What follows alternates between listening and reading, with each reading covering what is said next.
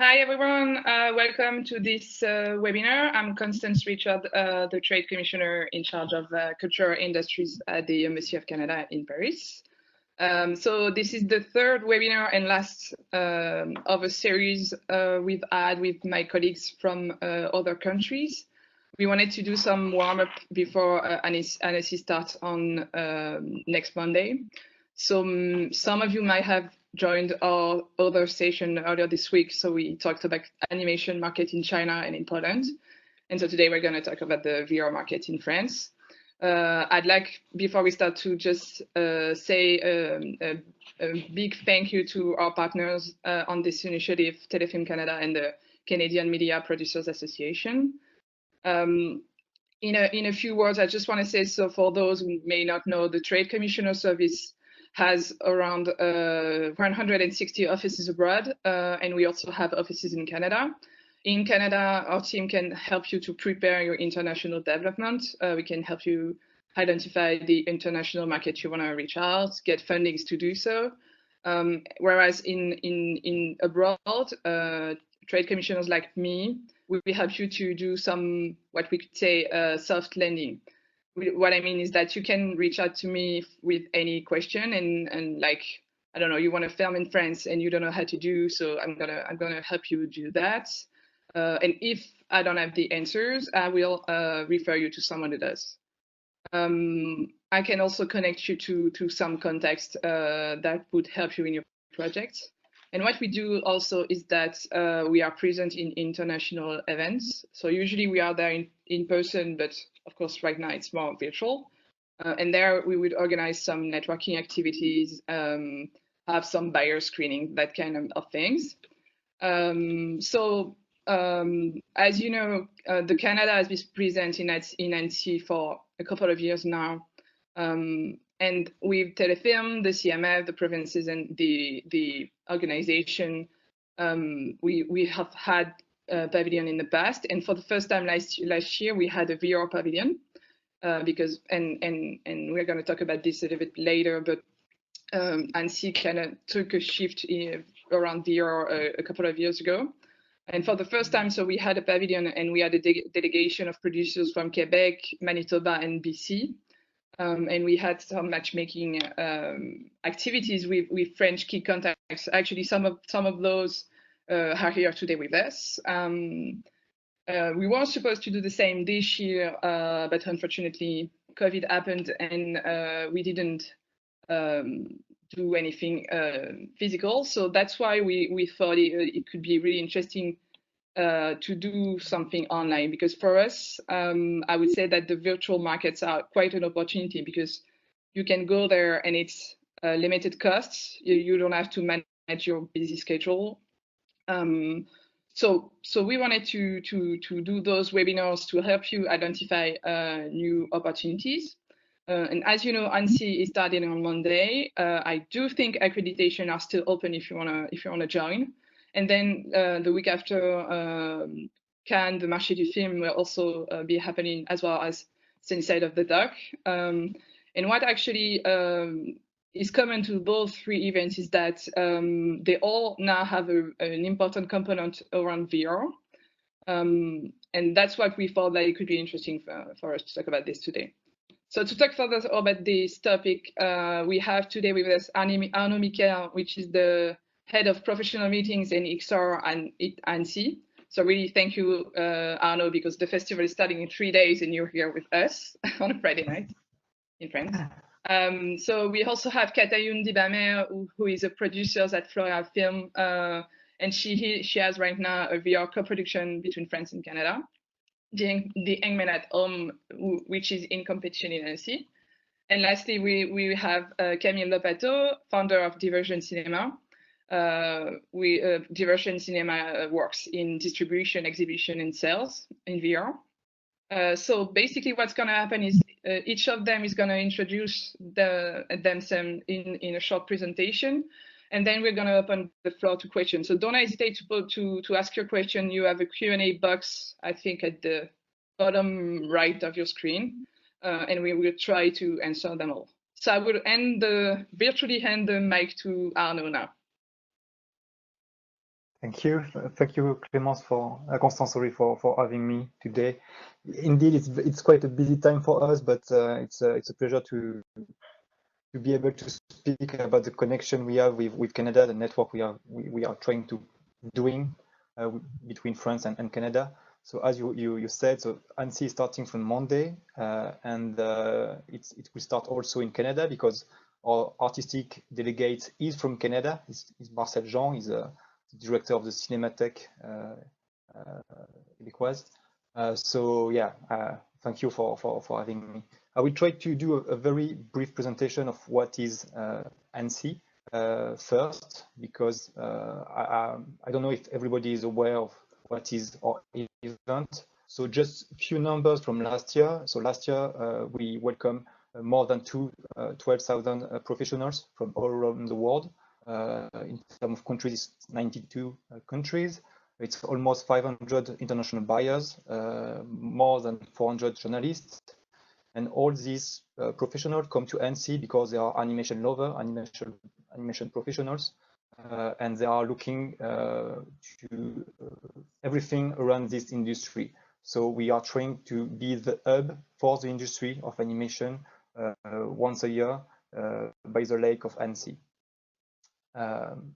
So because of COVID, we tried to do something different this year because it was really important for us to still have an edition. There is several other festivals. We decided to move online. We decided to move the whole manifestation, the whole event online. So just few numbers also. So we received this year more than 3,000 films. Part of that is so features, short films, TV series, graduation films, VR projects also. And so we picked almost 200 of them to be part of the selection. So we have also juries that will give the awards. That is very important for us because we think that when you do a selection, you also have to give the awards because it's very important for the project and for the producer and also for the artist to feel the support of the industry and from the audience also. And so about VR, we received 80 VR works, animated works, because we are animation festival, so the works has to be animated, and we select 7 that will be, some of them will be available on Viveport from next week for free. So if you want to have a look at it, Katayoun will maybe speak a bit later about that, but just go there and you can see a very great presentation. Maybe Camille also will speak about that because they are the distributor of one of the projects, and it's a great project. So what is Annecy? So we are a festival. So as about VR, so we are a festival, and so we give the awards since last year. The first time VR went to Annecy was in 2016. It was out of competition because it was just like the beginning of VR for us. But it was important for us to, be in touch with the artists because some artists coming from the animation field were very interested to play with VR. So it was important for us to have that kind of lab and to show what was happening. Last year we gave the award for the first time. It went to Gloomy Eyes. And this year we will announce it on Saturday 20, next week. So we are a festival, but we are also a market in France. In Annecy we call it MIFA. So MIFA is a market for the animation industry. So it's not just about VR, of course, it's about all the format we can have. So from shorts to features. So the VR is now more and more important because technology is more and more important in the animation industry. So this is why last year we start to enhance the space dedicated to technologies and VR projects. We are also a platform to share knowledge. So we have talks, a lot of different format of talks, from the masterclasses to keynotes to conferences, work in progress, and Katayoun maybe will speak about that. And finally, we are also a platform to reach the general public, because we think that it's very important for us that the general public can feel the VR, because if we are just trying to touch the professionals, it's not, I mean, it's important, of course, for the industry, but at the end, what is important is the general public, and VR is still a little bit magical for a lot of people. So last year we decided to create like a dome, a VR dome. It was open to general public, and we reached almost 9,000 people from Annecy. I mean, from the city. That most of them, well, it was the first time for them to discover the VR. And Diversion was one of the exhibitors to present the technology. So this is what we do. It's a full immersive offer for VR. So we have a VR competition. We have this festival village to reach the general public. We have the stands, the demo booth for the networking and to do some demo, the professional meetings, so to share knowledge, the pitches also. I forgot to mention that, but we will have 6 projects this year, or 7, I don't know, I have a doubt. We will pitch the ID, and that's it. And just about Canada, just to give you some, if you want to know what is happening around Canada. So in total, we received 156 submissions from Canada, and 11 are now in part of the competition. And so in the VR competition, we have the Orchid on the Bee from Frances McKenzie. It's a very great work that I discovered last year for the first time in Torino. We are very happy to have them, because it's a production by NFB. It's a great partner to us, and it's a very good-looking VR 360 project in stop motion. It's very beautiful, and we like that. I mean, it's really what we like with VR is that you can have like 3D project. You can also have stop motion. You can have I mean, there is a lot of techniques that can apply to VR and can create like very different experiences. And this is what we like with that kind of proposal. And of course, there is also the Hangman at Home, which is a co-production between France, Denmark, and Canada. And it will be part of the work in progress. So if you are available from Monday next week, there is a live presentation by the 2 artists who are directing the project, Miquel and Uri Kranot, that we like, because they are, I mean, what's actually funny, and then I will stop with that Miquel and Uri met in Annecy like a long time ago. There was 2 only students selected in competition in Annecy with the graduation works. And so Uri decided to contact the other one, the other Israeli girl, and so they met, and now they are together and they are working together. So for us, it's like the kind of story that we like.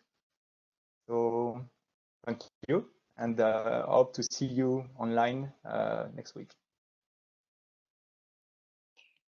Thank you, Arnaud. So I don't see any question for you right now, so I would just ask one.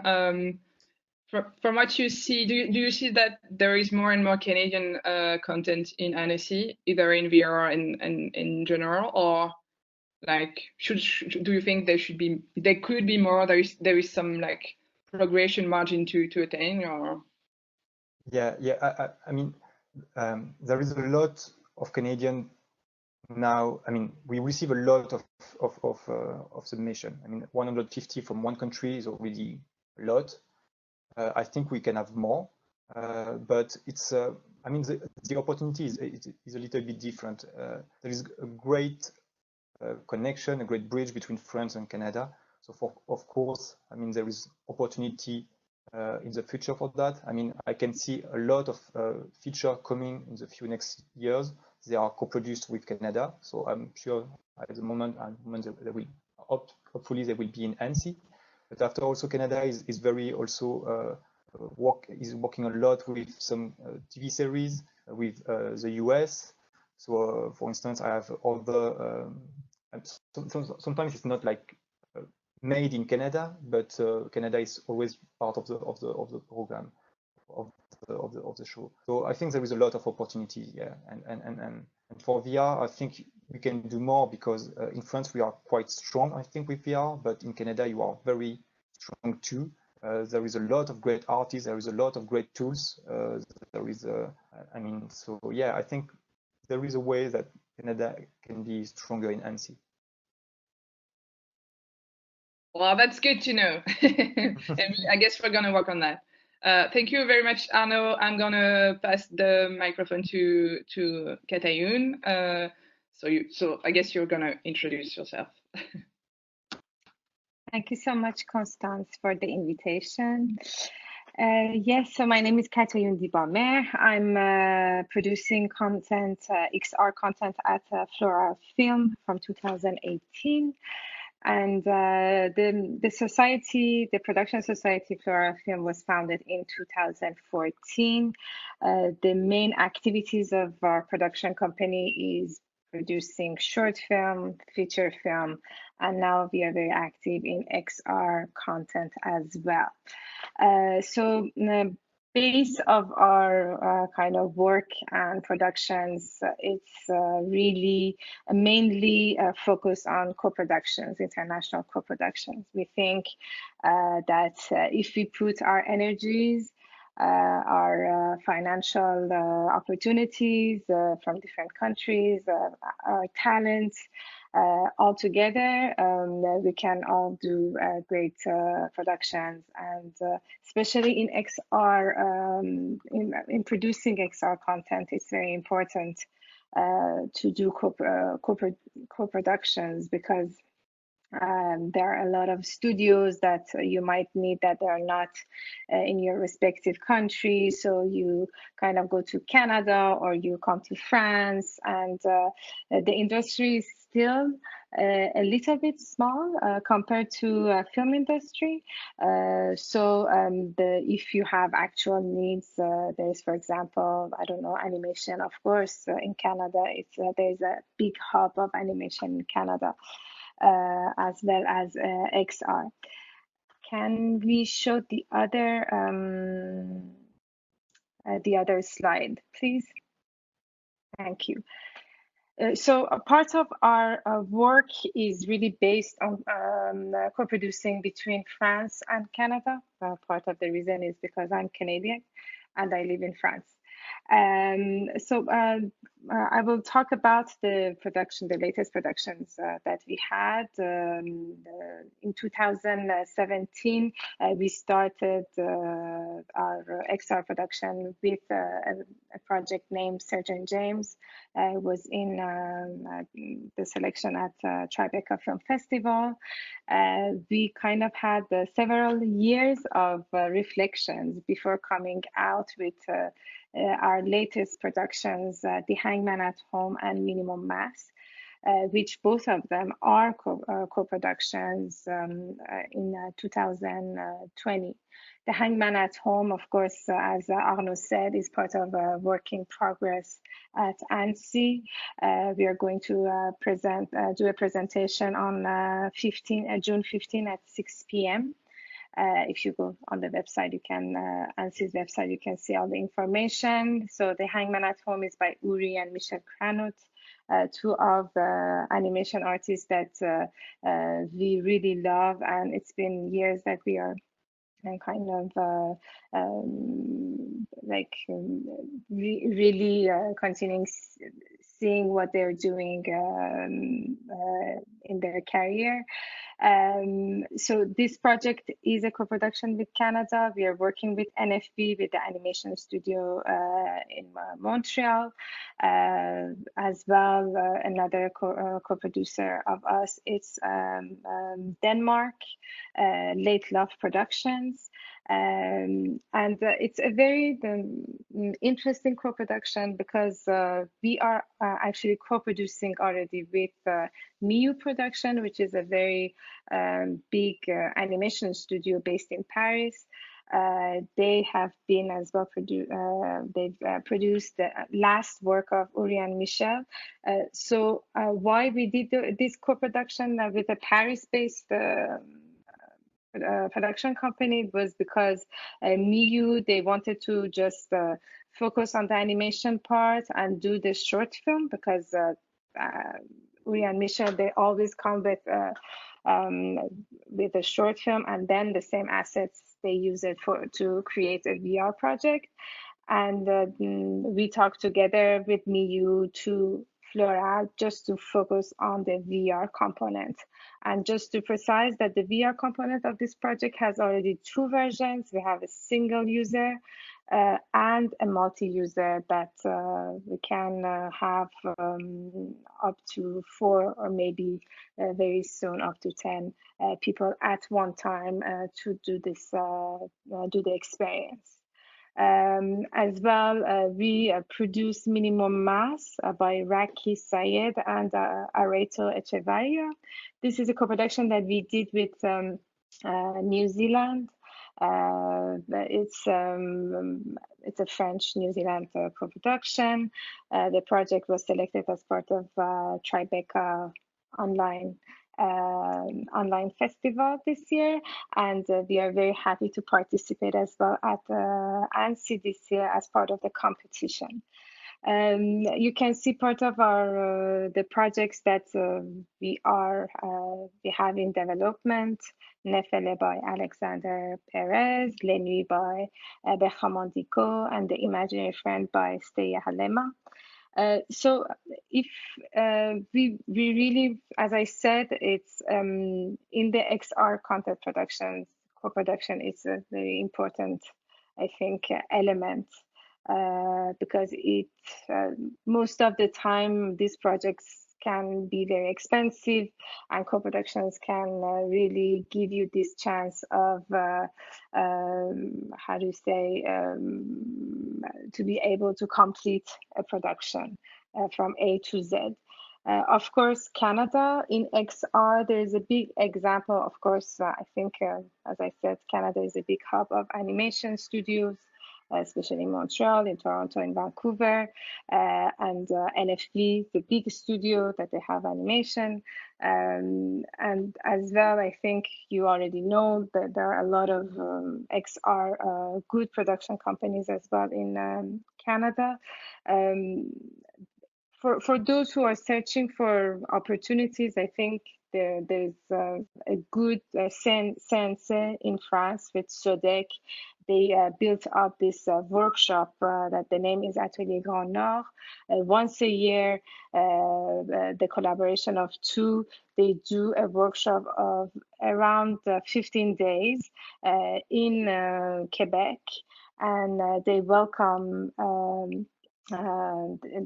projects to kind of the projects that are in the writing phase to have a training, 15 days of training with mentors that they invite every year. So there is already like a good base of how to say to enhance the collaboration between Canada and France in XR community. And of course, there are a lot of opportunities to work with the producers as well in France for the Canadians. Yeah, I think that's it for me. Thank you, Katayoun. I actually see a lot of questions about co-production, so I'm gonna keep some for the end, but I just wanna, but I guess maybe you've already answered, but like when you start a project, how do you choose your co-production partners? Well, I think co-productions are like puzzles, and they are very fun to do. How do you choose your it's all so you always have a talent, and this talent and the project that you want to work on, you always have a need. So you see which country, for example, if it's animation, which country is better to go to do the animation? Is it better to stay in France, or, for example, for sound, for music? So it's definitely like a puzzle, and you just have to fill out the puzzle with the needs that you have on the project. For example, once you recognize, okay, for example, I want to work with this studio, with the animation studio in Canada, and then in Canada you can go and revise. I don't know. You can always contact the public institutions to have like the list of co-producers. You can see what works other co-producers are doing, and I think it's a question. I mean, I think part of why festivals are good is that you can meet people in person, and I think it's all about how you connect with other producers as well. Yes, I think if mainly the works that they have done correspond on what you are doing, I think this is already, and at the end, once you have a co-producer member, it's just about like each member, how much, what each member can contribute exactly on a project. Like there are some private contribution, there are some public financing, or there are some people that they have animation studios or sound studios that they can how do you say, they can do stuff in-house. So yeah, I think it's kind of doing that puzzle with the co-production. Thank you, Katayoun. I really like the metaphor with the puzzle in co-production. I'm gonna hand the mic now to Camille. Yes, sorry. Yes, hi. Thank you very much for inviting me to this panel. I will talk about what we do at Diversion Cinema. So Diversion Cinema was created 4 years ago and is specialized in exhibiting and distributing immersive work. We actually started with VR, but we tend to add other kind of immersive production, as mentioned. The Dome, for example, is one of them, but also interactive, let's say, art that needs to have some technology added to it to be part of it. As an exhibitor and a distributor of VR content and immersive production, we are at an interesting place, which is very close to the audience. But just before talking about that, because it's completely connected to it, I wanted to talk about just to have like a full picture of what VR is, because we tend to think that VR is one thing, but when it goes to the exhibition of it, the different types of VR are also linked to a different type of business model that we can put together and be interesting enough to be scaled up in a way. So the first VR that existed and that we know is the 360. Some of people of the VR industry say that 360 films are not VR. We say that 360 is VR, and so 360 is basically one of the use of this medium. One example of the use of this medium. Then we have, of course, the sixth stuff, interactive VR, let's say, that uses another technology which is more costly. And takes also costly in terms of the machine that is used, but also the staff that is needed to make sure that each visitor have the best experience. And then, of course, there's all those projects that use a VR medium or an immersive medium at some point or at some level, but it's not completely only, let's say, the thing that happens for the visitor are not only in the mask, in the VR mask, but also you have like added elements that can be performers, dancers, this kind of actors, immersive theater, for example. And now, so that's another kind of use of VR and the type of work that are done with VR, and that has a particular business model attached to it. And then you have now with the Quest, which was a very good new item to play with. With the Quest, we also have actually one of our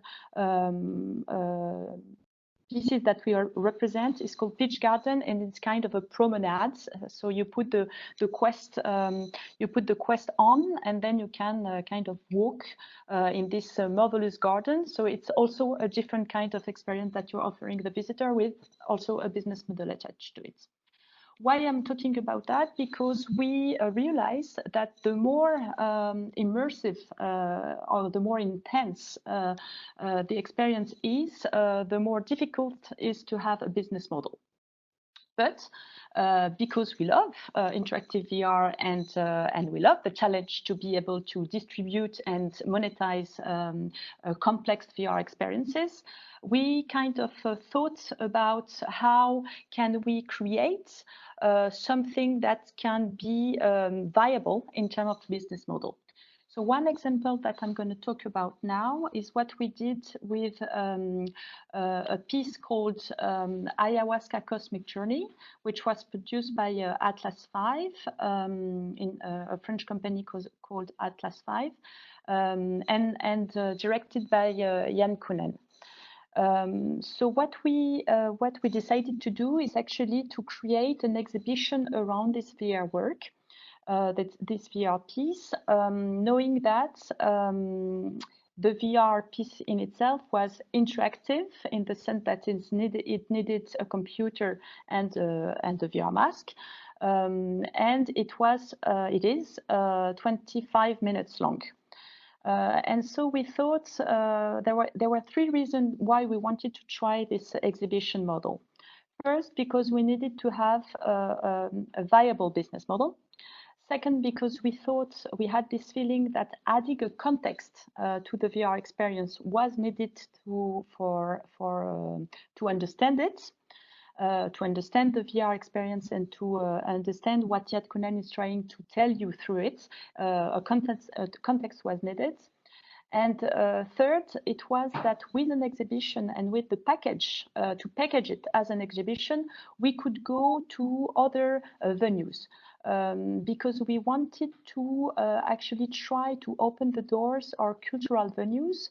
And so we thought that only talking about the VR piece was too obscure, is that the word? Too unclear for them. So to package it and to present it as an exhibition which have a VR piece in it, that could be maybe easier to sell. And so, and of course, the whole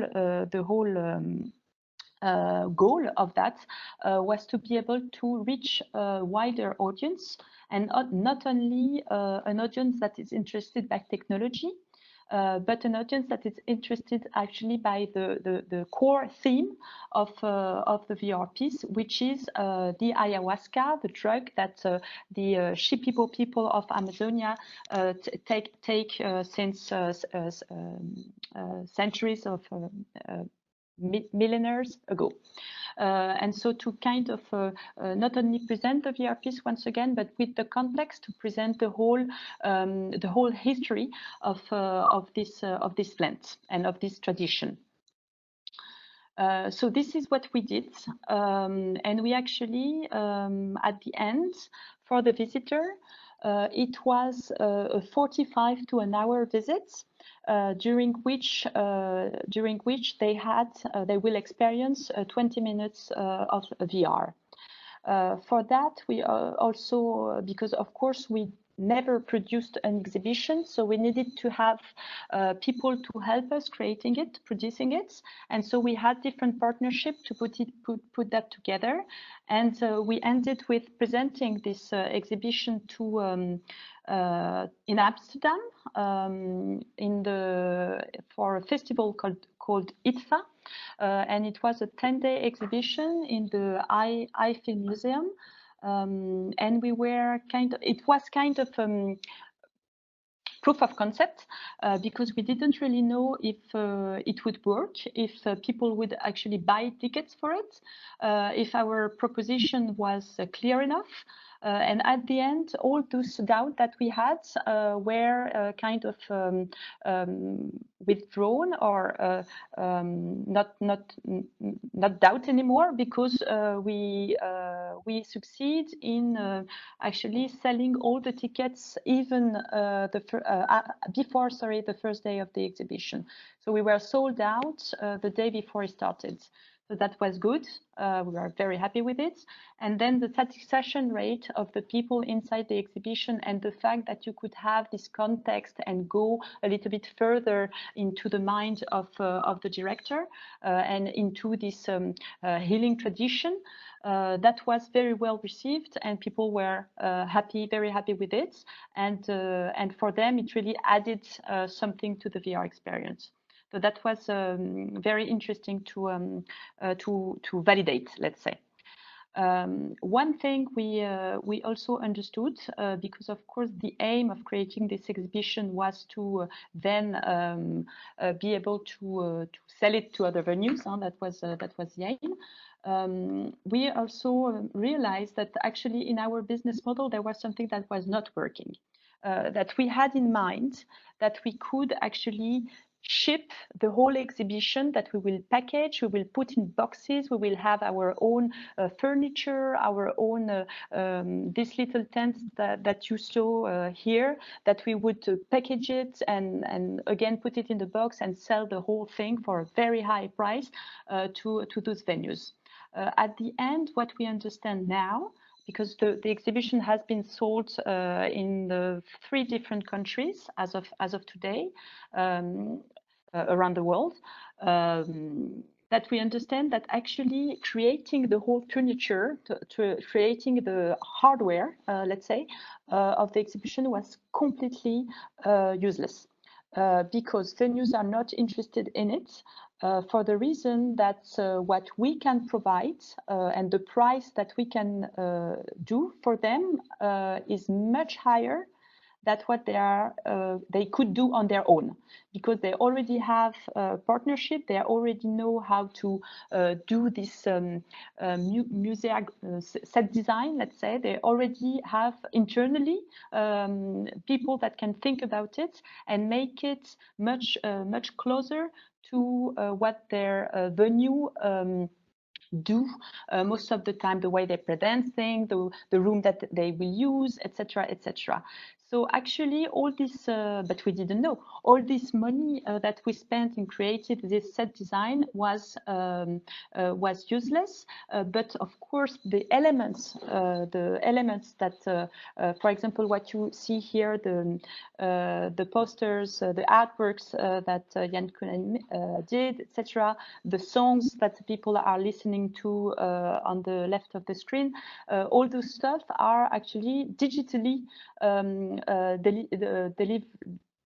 we can deliver it digitally. So that was actually what we should have focused on. I mean, we shouldn't have, but again, we didn't know, we shouldn't have been too concerned about, again, the hardware, but only focused on the elements that we could digitally deliver. So what's happening now? So we kind of changed the business model, and what we are selling is are the elements that we can digitally deliver to the venue, and then we ask them, and it comes also with a technical writer and do's and don'ts with the venue, and they are in charge of creating it. And then we ask them to send us picture. If we cannot go there to check, we ask them to send us picture to make sure that it's presented in a way that is good enough, let's say, to our opinion. So this is what we did. With that, we actually learned a lot, and we also learned that cultural venues are indeed interested in having the exhibition, and that there is something here to be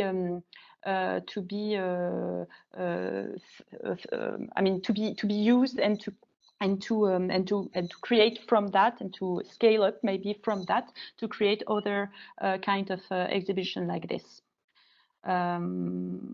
Voila. I thought so that's the end of my presentation, but I just want to answer one question that I saw in the chat.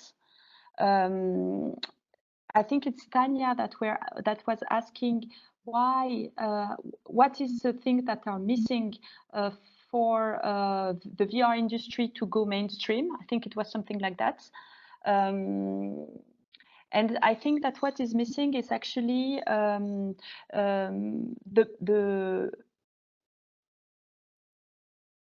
what we miss. It's a technology that is, how do you say, stable enough to be used by non-specialist people. And as of now, it's a little bit complicated. So we need to be a specialist, a VR specialist, to make sure that your VR piece will work, and will work will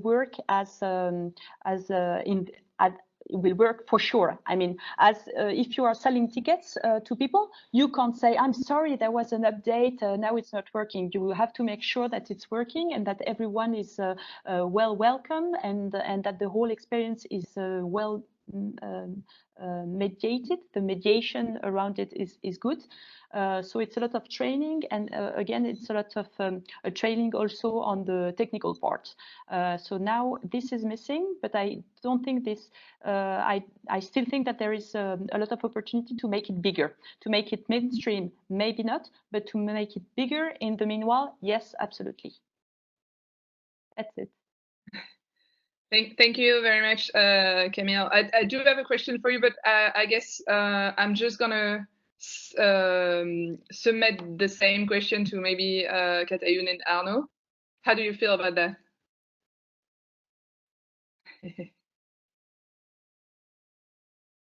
Lady first? Go ahead, Arnaud. No, lady first. Thank you. I think Camille is totally right, because the technology is, well, just to tell you that virtual reality is mainstream for gamers and for geeks that they game. This is one thing.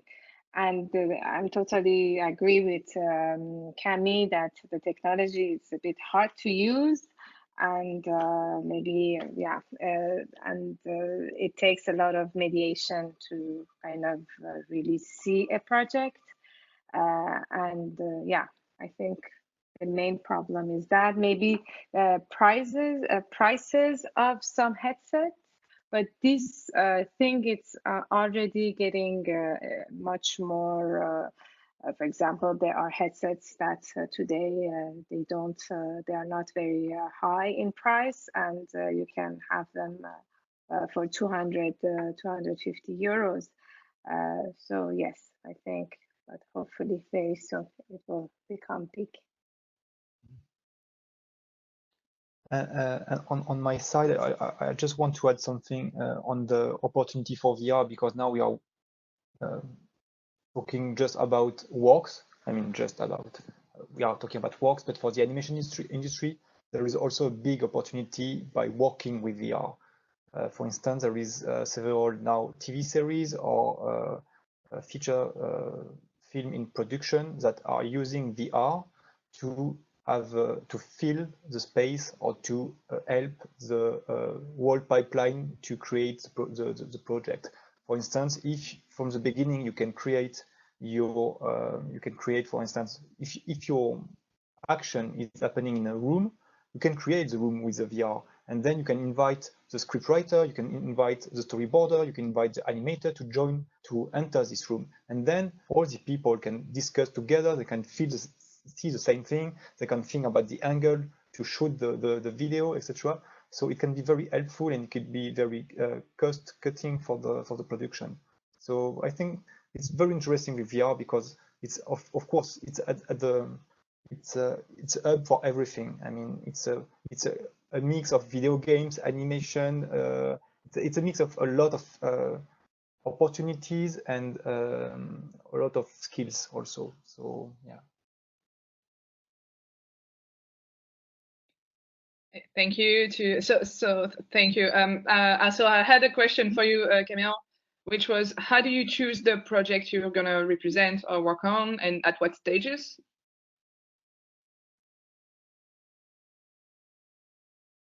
Yes. So at what stages, it depends. I mean, we tend to enter a little bit more earlier than a year ago. Just so you know, the distribution department is on since 2 years. So the first year we kind of focused in having experiences that were already produced, because we needed to have like a sales activity. And since I would say 6 months or a year, we kind of go for projects that can be in development, and we are interested in it. We kind of, our involvement would be trying to help in terms of letter of interest, in terms of connecting one people with the other, one company with another, following the project, also criticize it in a good way. I mean, to compare it to other projects also, and to see what was the career on the market of this other project, what happened, why, who was interested in it, etc. So that's one thing, and the other thing is, of course, the project itself. If we like it, we need to like it. We will live with it for at least 2 years. So we need to be convinced that it's a good project, and because we need to like what we do and what we defend. And also the possibility of having a distribution strategy that we can manage. So it can be having the exhibition, it can be something else depending on the project, of course. It's not always making an exhibition, but we need to have kind of an idea of what would be our action to make sure that it finds its audience. Thank you. So I see. So we already answered one question we had in the Q&A box. Another one we had was someone interested in also in co-production and wanted to know more about the environment in France of funding. I don't know if any one of you wants to jump into that. Do you want me to talk about the opportunities? So you have the public institutions here in France. One of the biggest ones is CNC, that you can apply for money. And as well, you have broadcasters like Arte and France Télévisions, that they are as well active in producing cross-media or XR content in general as well.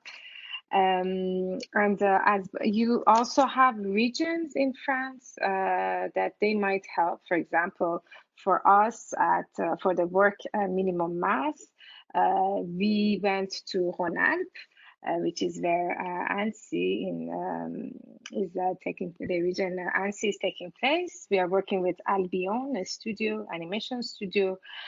So depending on what exactly the project needs, you can go to different regions in France as well and apply for money. So these are like the 3 main axes that you can finance your project. And of course, if you're doing a co-production, the co-producer from the other country has to as well bring a financial contribution to the project as well. Yeah, and I would say that that's what it's quite easy co-producing with Canada and France, because we kind of had the similar funding system in each country, so you can match what your co-producer is putting into the project.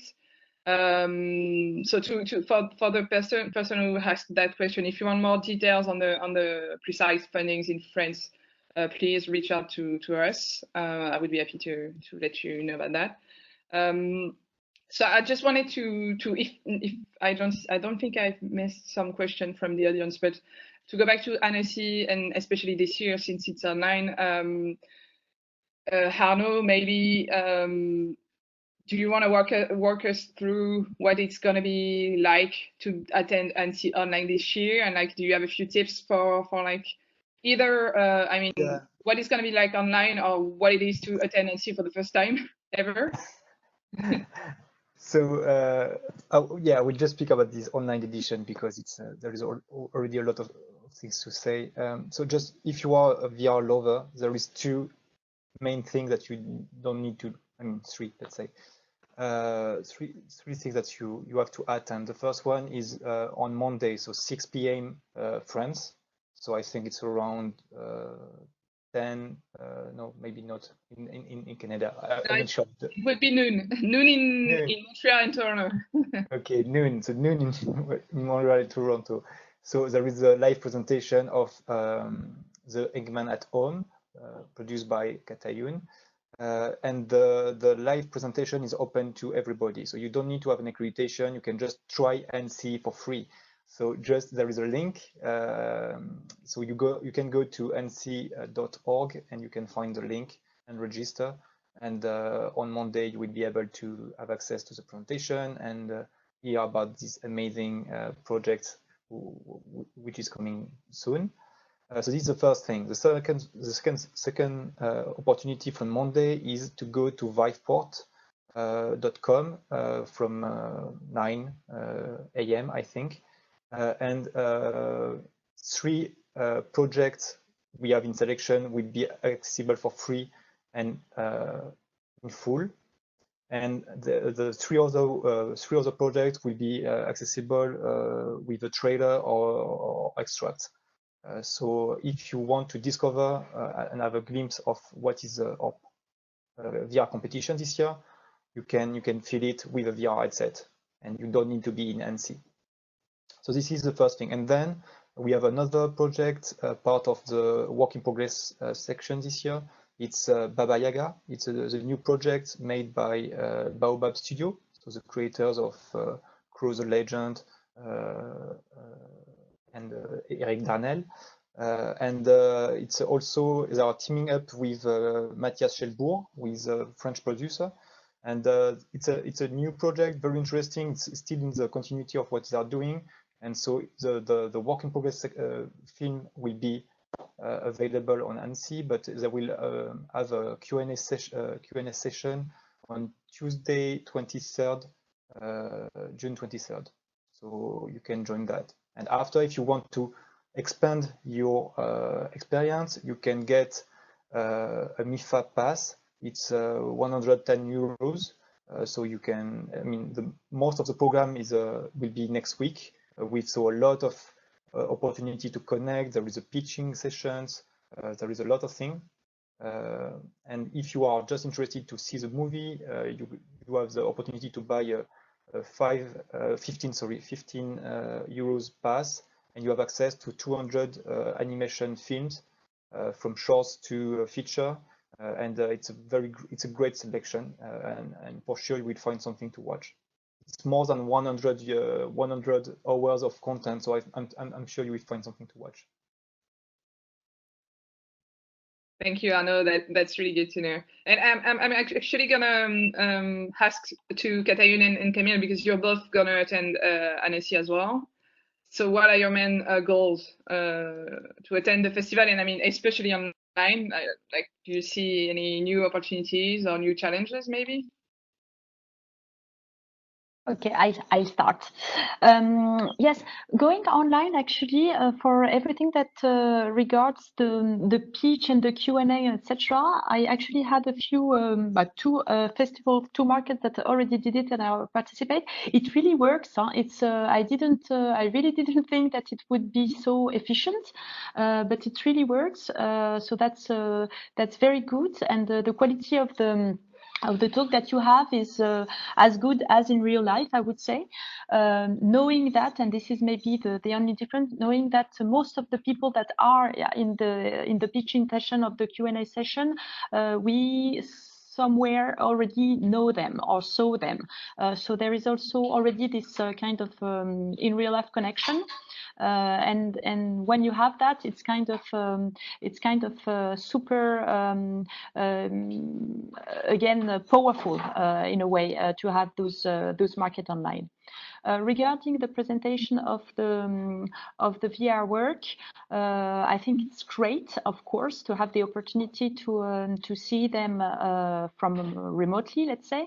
But of course, the only thing that is a little bit problematic, let's say, is that it's only the people that already have the VR equipment that can do it. And so for, let's say, for a market, it's not really a problem, because most of the professionals that will take part of the XR market are equipped. But when you want to actually use your festival to kind of expand the audience of XR and to be able to seduce, I'm not sure it's a good term, to seduce the audience or an audience that don't know anything about XR, this part is lacking. But well, we can't have everything, so it's already a good thing. So super excited to be part of MIFA and to be part of the pitching session.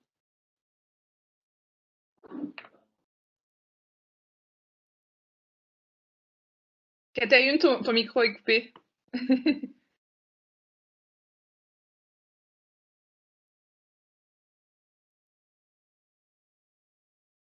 I don't.